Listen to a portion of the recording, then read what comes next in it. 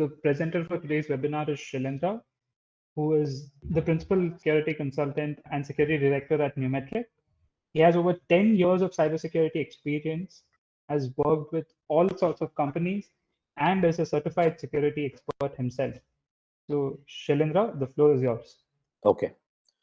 All right. So, the main theme of this session is the loopholes, the gaps, the vulnerabilities, the weaknesses that exist in your web applications, and how exactly hackers exploit them. It is not only about how, but it also why and who are these people and all of those aspects. But then, before I even begin the session, when I started preparing this presentation, I ended up realizing that this topic is quite wide and there is a lot of depth also in each of the aspects, and I would not be able to cover the entire width and depth within one session itself, and we'll strictly limit the time that we allocate to this, because having going through so much of information in a very short span of time may not be good from our recall later point of view. So that is why what I thought is that let us cover what only the aspects that I can cover reasonably within the allotted time, and whatever remains, we will go ahead and cover it in future webinar sessions, maybe a continuation of this session, right? So the theme of this session is that web application loopholes that the hackers exploit. But then before we get to that, we first of all need to understand that who are these people who are breaking into our systems, why are they breaking into them, right? So the first thing that I wanted to cover was that the various kind of black hat hackers, and there is a reason why I chose to call them black hat hackers, meaning it is not that a term that I have derived, it is a well-known thing, but there is a reason that we need to focus on the aspect of black hat hackers as compared to hackers in general, because hacker word itself is something that is kind of synonymous with someone who has got ill intentions, someone who's not ethical or professional, someone who is after you.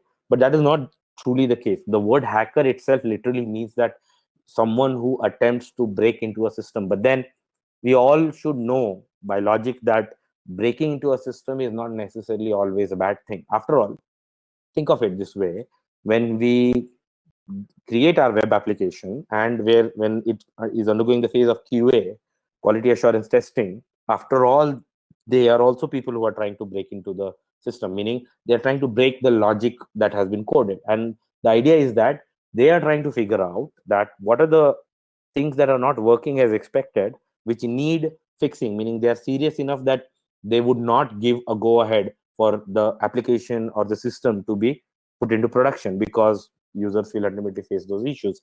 After all, they are also hacking the system, right?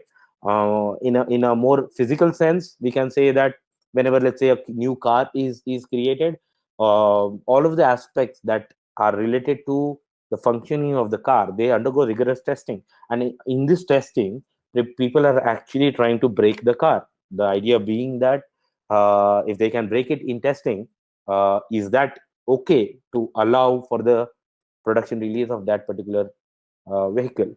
So they are also hacking, and which is why this notion of segregation of hackers came up, where there are white hat hackers, there are gray hat hackers, and there are black hat hackers. White hat hackers are people usually well known from the security domain. They are also called as security researchers, but then white hat hackers is also a term that is used very frequently with them.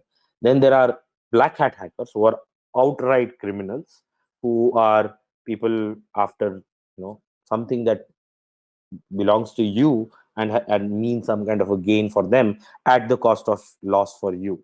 They are black hats. And then there are gray hat, who are kind of somewhere in between. They are this maybe white hat by the day, black hat by the night, but then ultimately there is a lot of doubt as to where would you classify them in terms of good or bad. I would leave that open to interpretation, because honestly speaking, even I would not know that where exactly to place them. So we will be focusing on the black hat ones today, right? And when it comes to black hat hackers, everyone has got a motivation. Every criminal has got a motivation.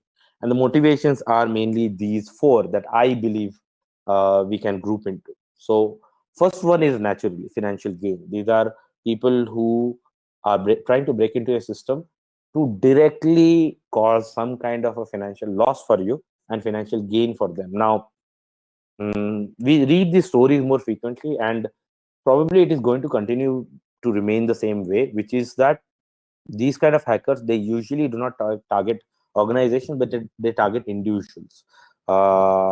When you talk in the context of, let's say, India, for example, the most common being that people are somehow made to let out their OTP, one time password, which then is used for withdrawing money quickly from their bank accounts. And these kind of things happen all of the time. In fact, I have read news where even security people from the security domain, they have managed to lose money. People from the law enforcement agencies, they have managed to lose money.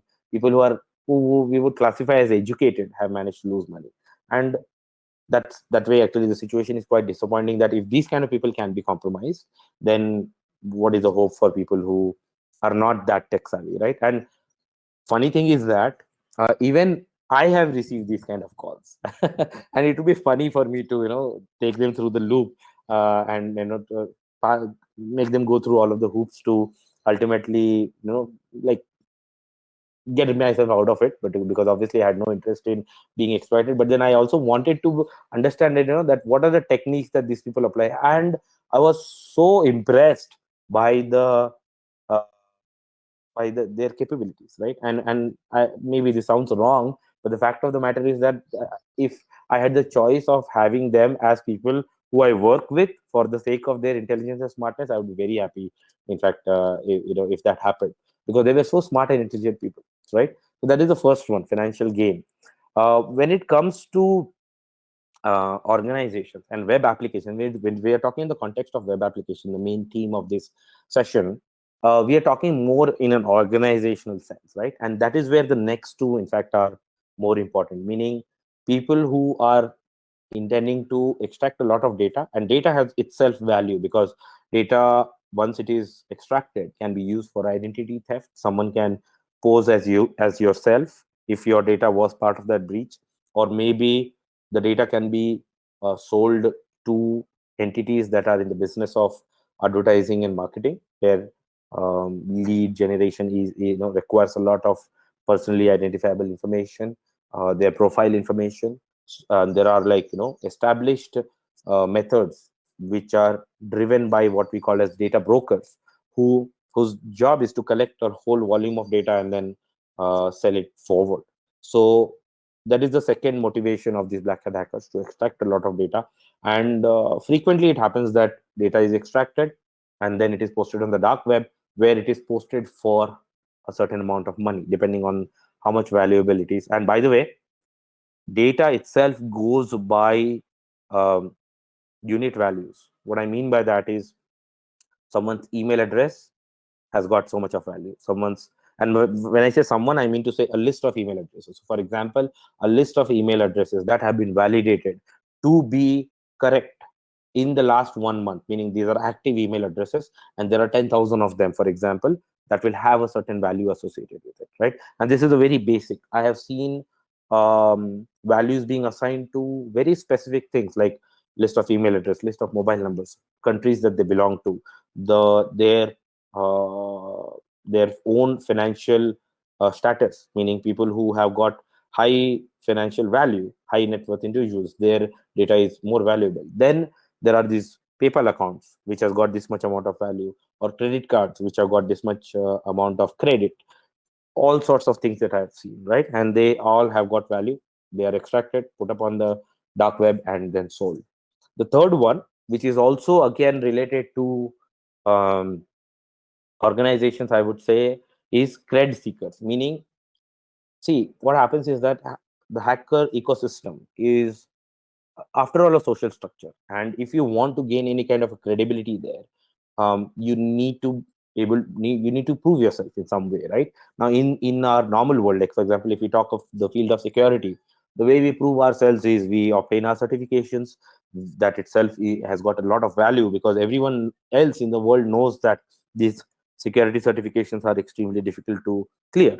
A lot of people who take up these security certifications, they fail, and a minority of them actually get through. which means that they have put in their time and effort studying the domain and understanding it. There is no such thing in the field of black hat hackers, because if these things became open, then it would be easy to catch them. So how do you end up proving yourself? The simple way is that you have your hacker tag, which is usually some kind of a specific name that you have given to yourself. Using that hacker tag, you place identifiers in any kind of a breaches that you carry out, which then becomes known in the hacker circle, and that is how you gain your credibility and you become more popular, which means that you gain more value. At the end of it, there is not much of a difference in our white collar structures and these structures. They follow pretty much similar structures, except that the methods are different of how you gain credibility. In normal world, you gain credibility through experience and through certifications. In this world, you gain credibility by breaches, and the bigger target you breach, the more volume is of breach that you carry out, the more wider the impact, the more credible you are. And this is something that is also, in fact, ironically reflected in the same tools that security researchers use to gain credibility. So for example, if you take up, let's say, academic courses like Portswigger or Hack the Box, there, the more difficult the machine that you are cracking into, the more credibility you get. And this is the exact same structure that is followed for black hat hackers as well. So that is one other motivation. And the final motivation that I can classify is nation state actors. These are not hackers that are after you or after your organization. These are actors who are after other nations. After all, nations are always in conflict with each other. We all know the various conflicts that are ongoing. Cyber attacks are becoming a very common way of waging war, and there are entire um, organizations that are supported by the entire nation state in launching these attacks, right? And this is something not new. But then, when we talk in the context that we are talking today, the last one is something that is of least value to us, because they are not ones who are likely to come after us, right? So these are the various types of black hat hackers that you will find. Now, related to the kind of people who are after us, we also need to know that what are kind of attack surfaces that we have. And all of our attack surfaces have got to do with our IT assets, information technology assets. After all, the breach that is happening over some kind of a system. Although we are talking of web application today, it is not only a web application that you need to worry about. You need to worry about various things. And these are the 4 groups that you can think of as your attack surfaces. Your web application itself, like this is something that you have built, and it is possible that there are weaknesses in it and someone could exploit them. But then your web application is established in a VPC infrastructure, your virtual private cloud, if assuming that it is a cloud-based SaaS, or it could be on-premise within your own network, which has got a perimeter around it, and it is something that is isolated from the outside world, and there are a fixed set of known entry and exit points for traffic, right? So that could be another attack surface. The third one is your office network. Now, how does office network differ from your VPC network? Is that most of the applications are now becoming cloud-based. So which means that not only your users, but even your own people, they access the application from your own network, which is your office network. So they use the same internet channels to get to your application or to your VPC as every other user. Now, either I could directly compromise your web application or your VPC network, or if I'm able to compromise your office network, then through that I can then get to your web application and VPC network. So it is an indirect route, but then it is something that is sometimes more easily possible to break into, because the level of security that is set up for VPC network with all of the web application firewalls, network firewalls, your load balancers, your subnetting, your setting up the network in such a way that the entry and exit points are well monitored using systems such as SIEM or IDS, IPS. These kind of things are not so likely to be implemented in your office network. In your office network, you might as well, at most have a gateway level firewall, and that's it, maybe nothing else, right? which is why actually it would be more logical to break into your office network, and from there, because your office network usually will be having more privileged access to your VPC, given the fact that you trust it to some extent. It will be better as me who's wanting to get into your VPC network, that I first break into your office network, and then I break through that, I then get into the VPC network, right? So your office network itself is a major attack surface. Finally, with this whole pandemic going on, COVID related, people have started working remotely, and the security problems have now come down to the endpoints, the devices that are actually being used for accessing. So now, to a large extent, office network has a kind of gotten replaced by our home network. And as I mentioned earlier, your office network may not be as secure as your VPC network, naturally, because all of your focus is that the data lies there, let me secure that. The data is not lying in the office network, let me not worry about it so much. The same logic is applied to home network as well, which is almost no security you should expect to to have been set up in your home network. I mean, who will worry about that, right? So ultimately, the security of your entire system has come down to how well is your uh, computing device, your laptop or your mobile, right? So endpoints have become a major attack surface, and the level of security that is there in a home environment is non-existent. Our routers are unprotected, their IP addresses are known, to the extent that some of the routers and modems that we get, their administrative passwords are available on the internet, and they are embedded in the device. So which means that there is no option to even change them. And now, if someone finds out your IP address, which is communicated every single time you interact with the outside world through the internet, your IP address is known to people. It becomes extremely difficult to even secure your home network. I mean, who's going to invest that kind of a security where a firewall is implemented uh, on your home network, right? So the attack surface has increased a lot with this pandemic situation. And having said that, these are the attack surfaces that you need to worry about. And at this point in time, your web application and your endpoints are in the worst state possible. Now, why they are in the worst state possible, we'll get to see further. Right now, coming to the actual theme of the webinar today, which is web application compromise. What is the end goal of whoever is trying to exploit your system? What is it that they are trying to do? Why are, what is their overall motivation? And these are the three that I could think of. One is they are clearly trying to get access directly to your database. We have spoken about it earlier, that what exactly does database access result into? A whole volume of data being extracted in a short span of time and then being put up for sale. So that is one of the key things that they want to do. But then there are two other main things that why web application compromises happen. One of them, and this is becoming an increasing problem in our modern day world, where what is happening is that if you create a web application that is something that is meant for an enterprise client, for example, maybe you are not the end target. It is your enterprise that is the end target, and hackers, they know that you are a service provider to that. They are the ones that they want to compromise. So what they will attempt to do is they will attempt to compromise your systems, and through that get access to the enterprise, because what they are looking after or they are looking for is something that is available with that enterprise, but then you are the means to get there. And the SolarWinds attack that happened is the best example of it. SolarWinds was something that was providing critical SOC and network related systems to Fortune 500 companies. And the objective of the hackers was not to break into SolarWinds. They had no gain from doing that. What their objective was to get to the end enterprises, and that is what they ended up doing.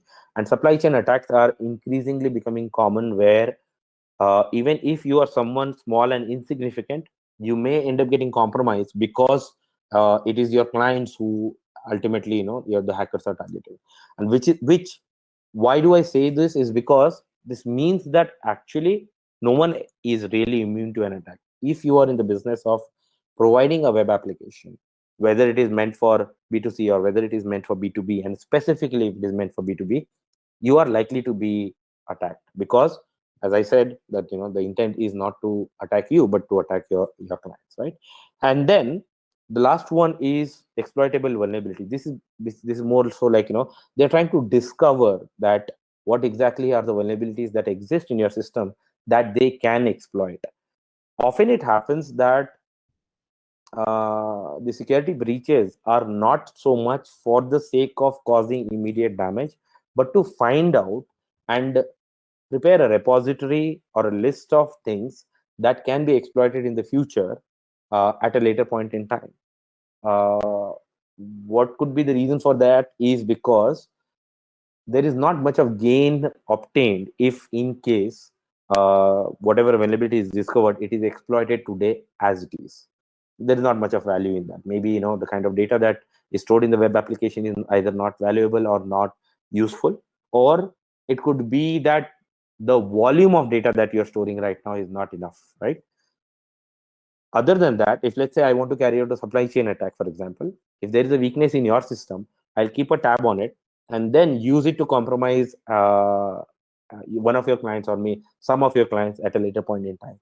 So the idea is to identify that what are the vulnerabilities that your system has and keep them known to the hackers to be exploited at a later point in time.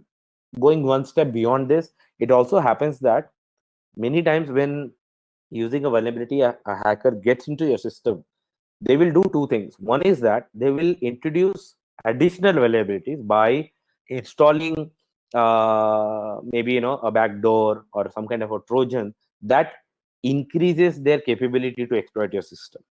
Simultaneously, they will also do this, that they will actually plug the loophole that they use to get into your system so that no one else can get into the system, other hackers. The idea being that they want it to be kept reserved for themselves. And a time will come probably at which point in time they will go ahead and attempt to exploit the vulnerability to carry out either a supply chain attack, or maybe once you have collected sufficient amount of data to extract data from you. So these are the usual end goals that I have seen why web application compromises happen.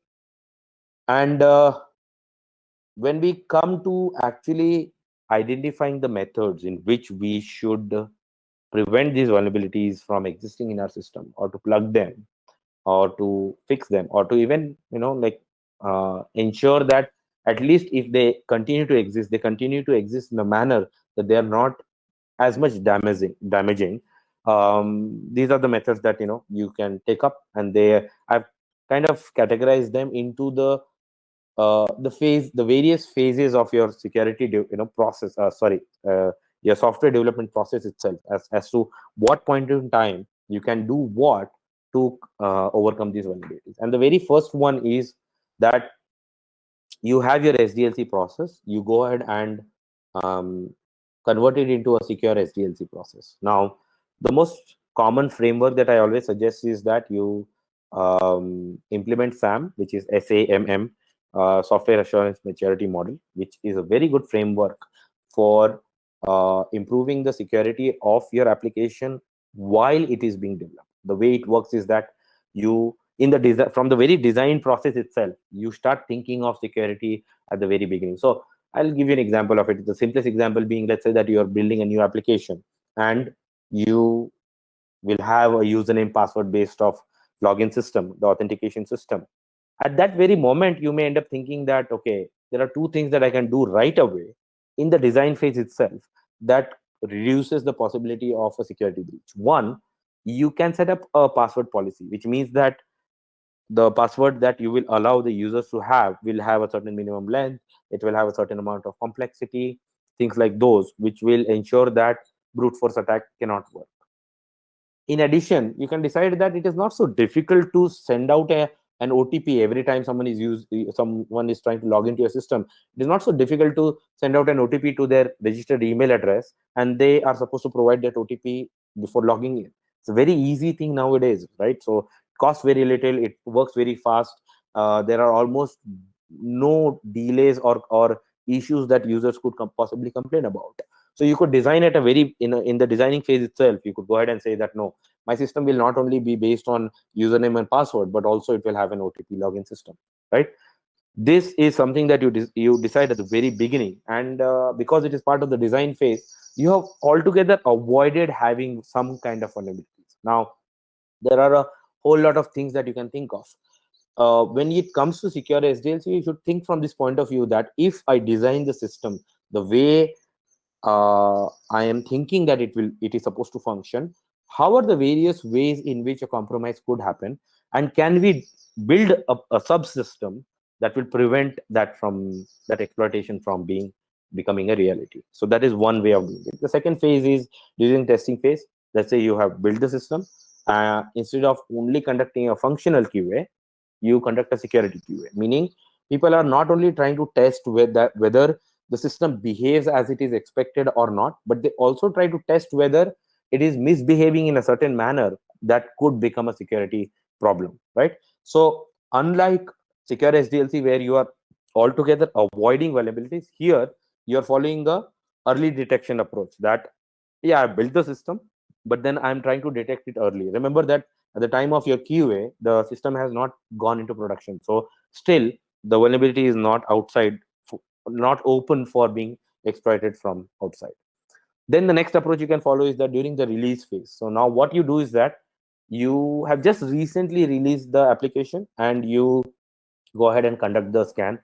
It can be two approaches, where it has cleared the QA, but then you have not yet released it, and you conduct some kind of a scan there. You have deployed it to the testing environment, and that is where you run your scans. And the scans could be automated or manual. We'll get to see them at a later point in time in this webinar.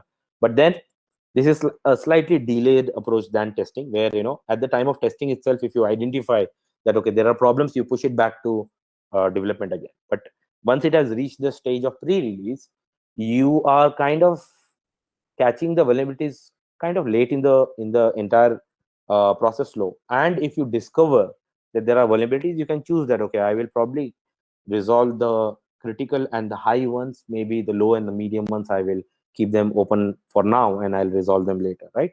So this is in the release phase. And then finally you can choose this way that no, I'll go ahead and deploy the application, and then I will conduct the scan. The scan may be conducted in a few weeks after deployment, few days after deployment, or even a few months after deployment. It is entirely up to you. Predominantly, this is what I have seen happens in the real world, that the focus and pressure on release is so high that usually the security aspect is taken care of at a later point in time. The only places where I've seen where all of the other three phases are implemented are in the financial and banking system, right? Because there the cost of any kind of security breach would be too high, and there are severe regulatory um, uh, outcomes and negative outcomes rather on the organization if there is failure in taking care of security, right? So these are the various phases in which you can obtain you improve your security.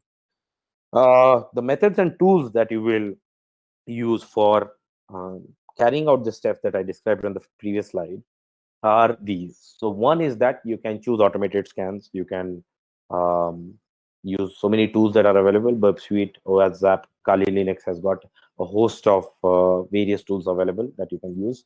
The good thing about automated scans is that they are extremely fast and quickly you can identify a whole lot of them. But then because they're automated, there is no human element to it. There's no intelligence, or rather limited amount of heuristics based intelligence. So that is why the outcomes are kind of, I would say, lower level. If you have to really identify the kind of vulnerabilities that are really exploited by good quality hackers, then automated scans will not be able to help you with them. But then they will definitely help you identify the obvious vulnerabilities, right? Besides the fact that they are fast. The issue with automated scans is that there are a lot of false positives. The problem that I have frequently seen is that the results for any new web application which undergoes automated scanning, the number of results number in tens, maybe hundreds. It is very difficult to spend that kind of time to remediate them, to either identify whether they are false positives or not. And even if there are valid ones, there are so many of them that it probably does not make practical sense to remediate these many, right? So that those are the problems with automated scan. The second thing is that you can conduct a source code review. These are possible through two ways. Either you can do it in an automated manner, or you can do a manual review. My strong recommendation always is that you start with automated and then move on to manual review. There are a lot of tools available. SonarQube is the most popular one for web applications. Veracode and Checkmarx are the commercial ones. There are a whole lot of tools available for this purpose. What I always suggest is that you start with these tools, find out all of the vulnerabilities. If possible, you can put these tools in line in your CI/CD process. Then it will be really beneficial, because then effectively you'll end up including this logic that unless and until the code reaches a certain level of maturity in terms of security, it will not allowed to be pushed forward by your release system, right? If you can do that, that is the best way of doing it. But then you can always carry this out as a parallel process also. But then please create a protocol, a rigor, some regularity to how frequently you'll be conducting these kind of reviews. And ideally you should sync them up with your sprint cycle. So if your sprint cycle is monthly, your source code review should be monthly, right? Now almost always source code undergoes manual review by someone who's more experienced, someone who's more knowledgeable. And typically these people who could be the, let's say, your team lead, for example, they would not only know software development as in general, but they are also good at security related aspects, right? Because they will be able to identify very easily that whatever it is that you have written as a code is something that is likely to have a security vulnerability in it. The problem with this approach is that first, it is slow. The second thing is that maybe different level of expertise results in different outcomes, meaning if the same code is reviewed by two different team leads, the kind of pushback or kind of feedback that you receive on rewriting the code, maybe the vulnerabilities that are discovered, they may not be of the same quality. So standardization of this process is critical.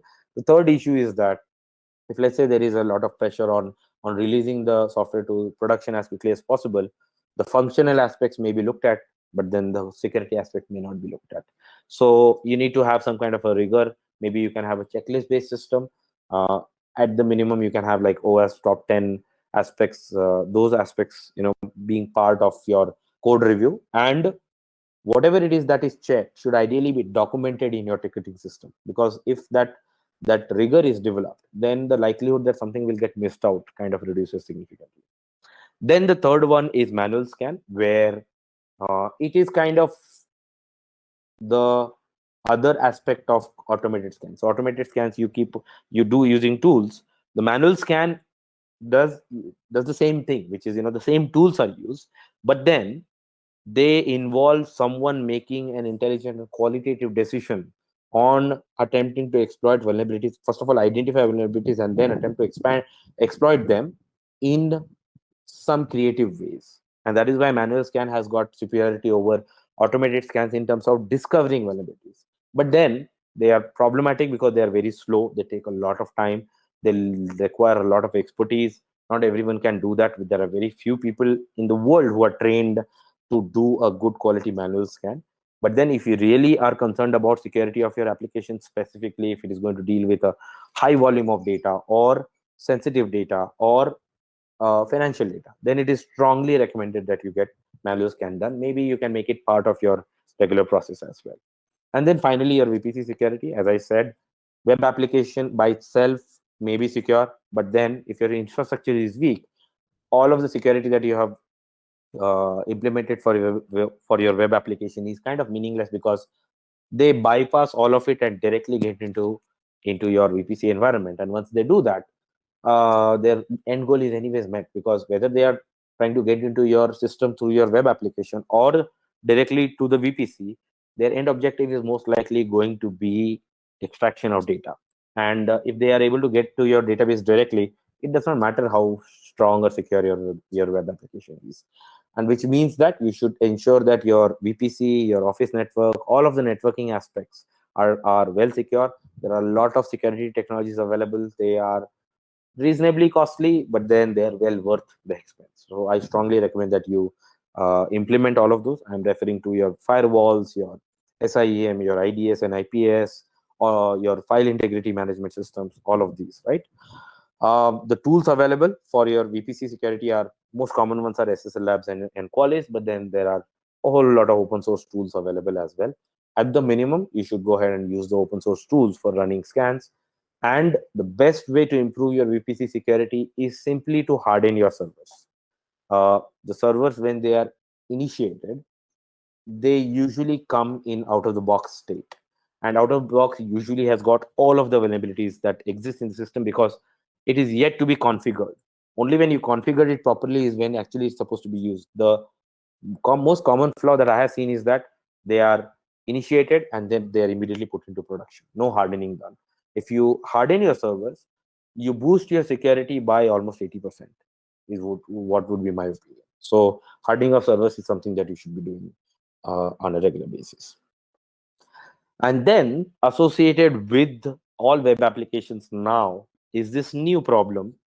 Not so new, it is not like brand new, it has been something that has always been there, but then with the increasing movement to the cloud-based environment, this is something that has become a persistent problem, which is integrations. The problem with integrations is that your system is only as secure as your partner system, meaning another entity, another organization is connected to you, maybe for sending data or receiving data or for exchange of data. But if their systems are compromisable, then effectively there is a backdoor into your system. And usually these integrations, they bypass all security. What I mean by that is, if let's say you set up a direct connection with your database from an external organization, and if they have not taken care of security, but you have taken care of all of the possible security aspects, your web application is well secured, your network is well secured, unfortunately there is a direct connection to your database. Why this connection could be? Maybe because of various business reasons, like for example, their system generates some kind of a metadata that needs to be put into your database directly. That is the kind of integration that you have chosen, right? Now increasingly API based migration is happening, where all of the external connections are through APIs. But then, even APIs, they have their own problems. The problem, the primary problem in these kind of integrations is the direct connection aspect, meaning that connection bypassing your usual security, right? And as I mentioned earlier, your office network is the stepping stone for your VPC network, because your office network is less secure. It would be more logical for me, first of all, to break into your office network, and from there, because the office network has been given a higher level of access to your VPC network, being trustworthy, similar kind of a treatment could be seen for these integrations as well. So these are the problems that you can see with integrations, and that is why you should take integrations more seriously. And I'm saying not only in that scenario where you are a consumer of an integration, meaning some external system is connected to you, rather more increasingly where you have built a web application and that allows integration with your enterprise clients, because they are putting in some kind of a trust on you, and if your system gets compromised, your integrations will become the entry point to their systems, and ultimately you'll become liable. And that is what leads to the first point, which is integrations allow and enable supply chain attacks, right? The second is compromised APIs. And when it comes to compromised APIs, 2-3 common things that I've seen is, one, APIs that are not SSL encrypted, which is, in my opinion, is like a cardinal sin, not having encrypted data channels, right? The second one, and I believe that this is something that is more of a problem that is difficult to solve, which is an API token is generated and that token is permanently valid. Ideally, your API token should be rotated frequently, because once the token is compromised and someone steals it, they have got access to all of your APIs permanently, because you are not going to come to know that how exactly the APIs are being used, whether the entity who's sending that token to you is actually your client or someone else who's pretending to be your client. You'll not even come to know, because they have provided the token is valid, right? So API security becomes very critical, because increasingly there is a mass migration happening from direct database integrations or file integrations. Things like those are now kind of being deprecated in favor of API integration, which means if we boost up API security, automatically things are taken care of. Besides that, the other problem also that you should take care of is that what kind of data are you exchanging through APIs? Is it really something that should be sent or not? Frequently, it happens that more than necessary amount of data exchange is happening. Other than the network cost of it, which is a smaller problem, the other aspect is this: that if a man in the middle attack succeeds, it is unnecessarily going to release to them more data than what was necessary for that business application or business process, right?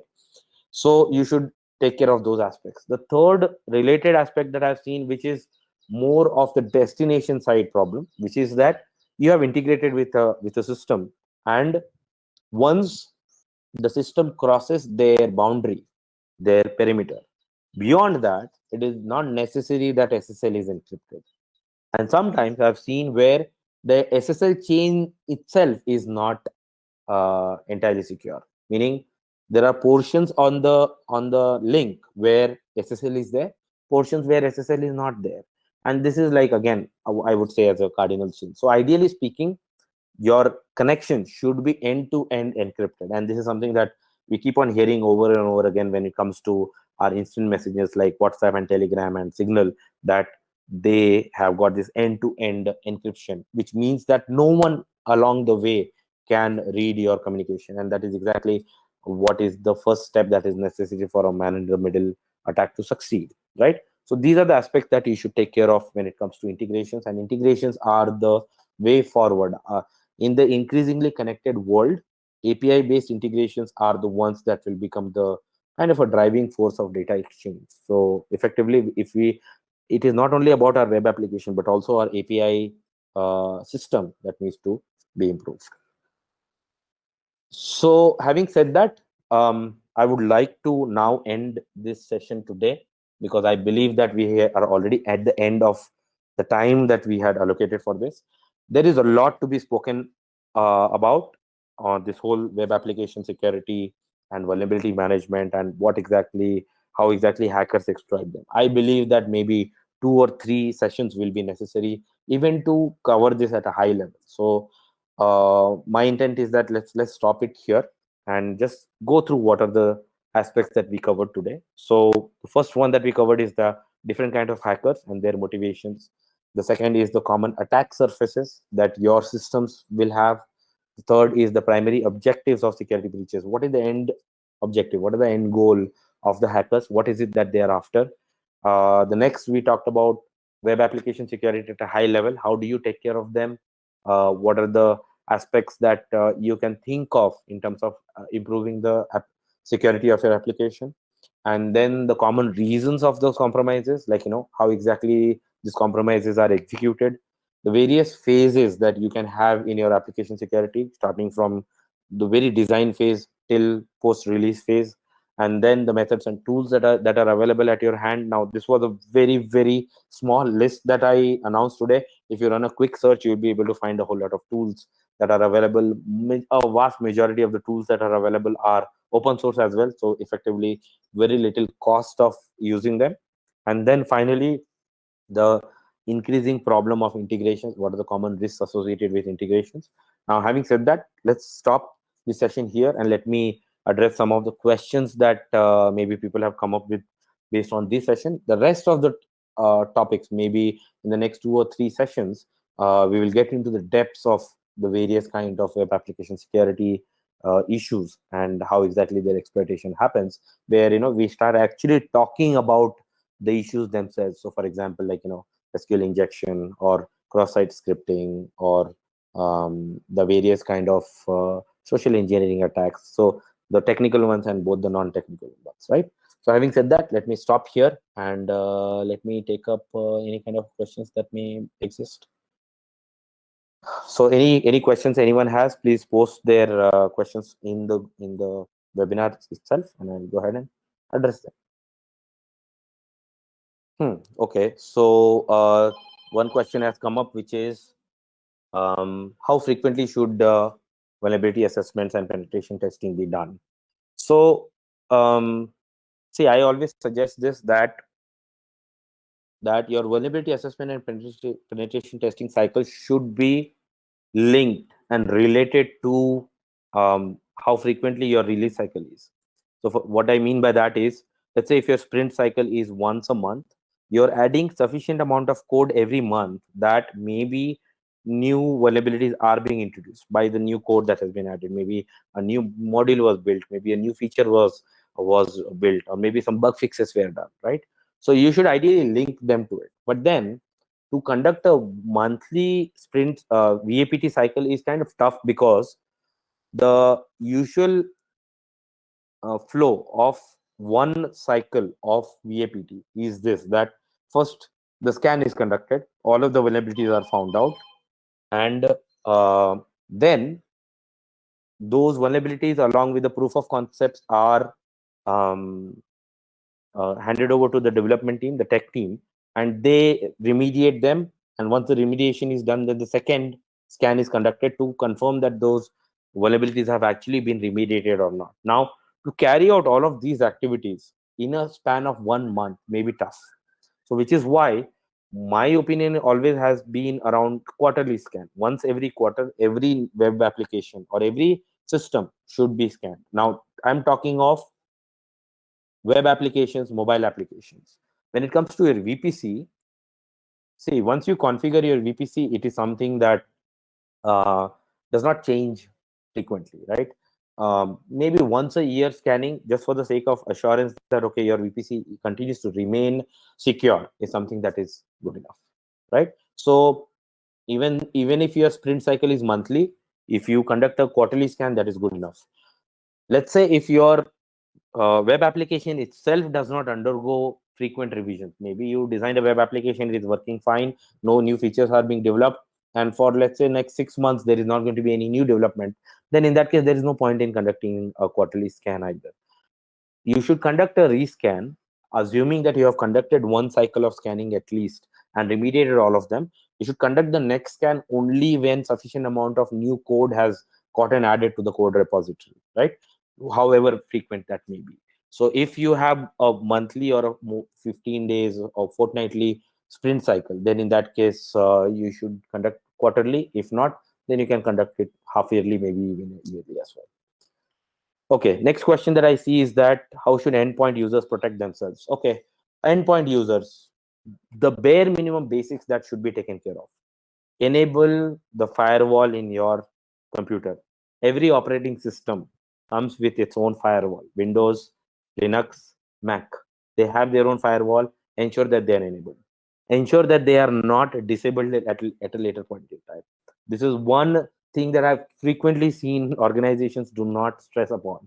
Either they give administrative rights to their users and they go ahead and disable the firewall because it degrades performance, it heats up the laptop, all kinds of various reasons.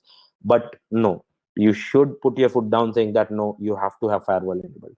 The second thing that you should do, and with mobile devices, no one uses desktops these days. I mean, unless and until you are into like really heavy applications, maybe you are a graphic designer, maybe you are a hardcore gamer, or maybe you are someone like me. You can see a desktop in my background. You are someone who runs a lot of security scans, which are quite resource intensive. You will not be needing a desktop. You will most likely be doing everything on your laptop. And laptops are mobile devices. They can be lost. So because they can be lost and there can be a lot of data on it, the other thing that I always insist upon is that they should have their encryption enabled. Almost all operating systems have this option of enabling encryption. Windows has it, Linux has it, Mac has it, right? They're known by different names: file vault, BitLocker, things like those, right? You should have your data encrypted. Beyond that, when it comes to a lot of loss of data because of things like ransomware attacks or virus infections, whole lot of times I've seen that the data was on that laptop and there was no single backup copy of that. So the third thing that I always insist upon is that implement some kind of an automated backup system where the backup is executed, the files are copied, the critical files are copied automatically without any user intervention. So if you rely on people to conduct a backup, they are most likely to fail. Even I have set reminders for myself but then I frequently, because I'm busy with something, I do not have time, I'll go ahead and skip that backup itself, because the backup is asking me to take action. This is a system that is asking me to take an action and I'm not taking it. Ideally speaking, your backup system should be completely automated. And in our current scenario, where we have option of keeping our data synced with a central server, like I'm talking of Google Workspace or Office 365, there is no reason why we should be having these sensitive and critical information belonging to our business, our organization, to not be synced with a central server. Meaning, if my laptop is lost or if it is compromised, at least the system that is like, the files that have been synced online, they will remain in place. So for example, in our organization, it is a mandate that every uh, work related file should be located in a Google Workspace folder that is synced with your Google Workspace account. And the idea is that the moment we work on these files, automatically they sync to the cloud. And the moment, let's say, not only the fact that we will end up losing our laptop, sometimes your laptop will crash. You will not have access to those files anymore, and no matter what you do, it is permanently gone. Then all that we have got to do is just to boot up another laptop and log into the same account, and the files get synced overnight, and we are back in business, right? So these are the three things that endpoint protection should be covering: having a reliable anti-malware, anti-virus and firewall enabled and active, which is set to automatically update its signature files. The second thing is that you should ensure that your backups are automatically set up, and third is your own device is encrypted, right? So these are the three main things that should be taken care of as far as endpoint security is concerned. Okay, the next question is that do I need third-party VAPT or an internal VA is enough? See, this is a contentious issue. When it comes to security, an internal VA is enough. But if, let's say, your objective is to prove that your VAPT is actually trustworthy, a third-party scan is a must. Why is that? Is because if you are checking your own system, and that is something that you believe is trustworthy enough for you, that is not trustworthy enough for your clients, because there is a conflict of interest here. There is every reason to believe that you have not done it genuinely enough, right? Besides that, when a third party gets involved, it is their reputation at stake. They will never compromise their reputation, whole business reputation, for the sake of you. Simple example being like, we in Numetric perform these third-party VAPT scans, right? And there have been cases where clients have said that, can we remove this vulnerability? Can we reduce the severity of this vulnerability? And we have outright bluntly refused them. See, the reason being is that when a third party that is in this domain, where trust and reputation matters a lot, they start going down that path, there is no end to it. So that is why most organizations who are in this business, they will not even get started on that, right? Because the cost of their reputation and trust loss is way higher than the one business benefit that they get from you. That is why third party scans are much more trusted by external, your clients, for example, because they know that brand and reputation is way more valuable to any third party provider of VAPT services than your business, and which is why they expect that they will be able to trust it. So I strongly recommend that if you have the budget, go ahead and get third party scan done. But if you do not have it, if you just want it to be, want yourself to be satisfied, then go ahead and conduct a internal VA scan, and that should be good enough for you, because at least you will be sure that the security aspect is taken care of, right? Okay, so I believe that we are out of time now, and we should wind up. A whole lot of covered, whole lot of things were covered today, but then there are a whole lot of things yet to be covered, and I believe that 2 or 3 more sessions will be conducted. I hope that I see you all then again, and having said that, I will disconnect now. Okay, thank you all for your time. Bye for now.